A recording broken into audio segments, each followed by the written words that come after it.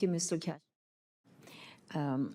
You know, during my travels and visit with our embassies abroad, we always, in a bipartisan way, express our appreciation for the work that they do to represent our U.S. interests. But I have also been unimpressed with the efforts made to assist American businesses in gaining market access and competing on an international level. So I want to ask all panel, what inhibits our current export promotion regime from producing the results that our companies and constituents desire? Let's start with you, Mrs. Dezenski. Sure, thank you. Well, first and foremost is the ability to be competitive. So I think we need to do a better job at providing some incentives through EXIM, for example, and export financing. We need to be better cheerleaders for U.S. companies abroad. We need better terms of engagement, which is what at least some of this tariff negotiation is about, opening up foreign markets in ways that were not open previously. So we need to do a much better job in terms of setting the conditions for American companies to be successful abroad and to be able to compete in what is a fair and open market. That is not what we have now. Thank you. Mr. Norris?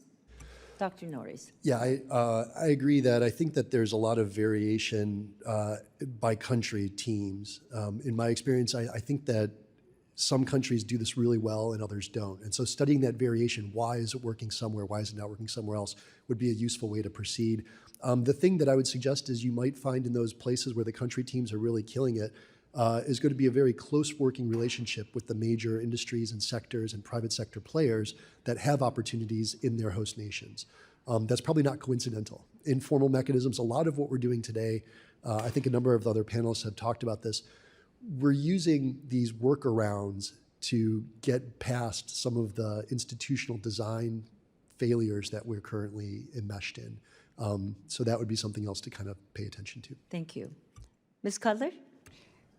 With respect to export promotion, I think this is an area where State Department could play a more effective role, particularly in our embassies abroad. And I think this gets back to the whole notion of looking at the Foreign Commercial Service and the State Department's economic offices. I think if they were merged, then there'd be a lot of synergies to help promote exports.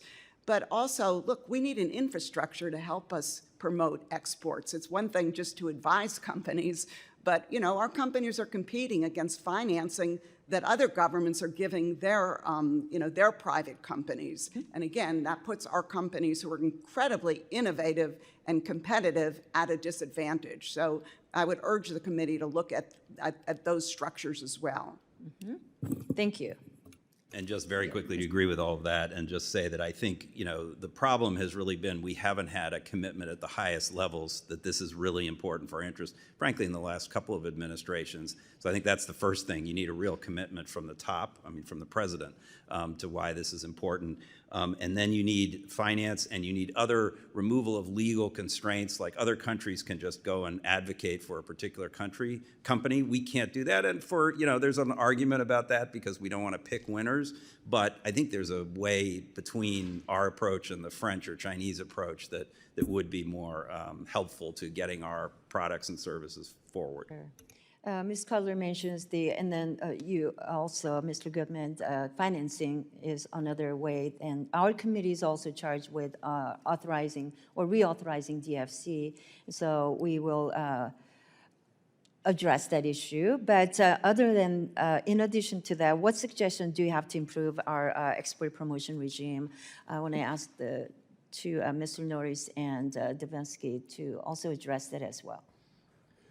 Yeah, I think that capital provision is an important dynamic here, not least because we're dealing with an unfair playing field often. There's either a different risk appetite or a different cost of capital. One of the things, again, I don't want to sound like a broken record, but I think it is really important to think about how we can be good stewards of public resources and crowd in private capital. Mm-hmm. So things like EXIM, when they think about being able to take some of the riskiest tranches off the table and then the rest of it looks commercially viable. That's the way to kind of get good leverage and good maximization when we think about those resources. Over.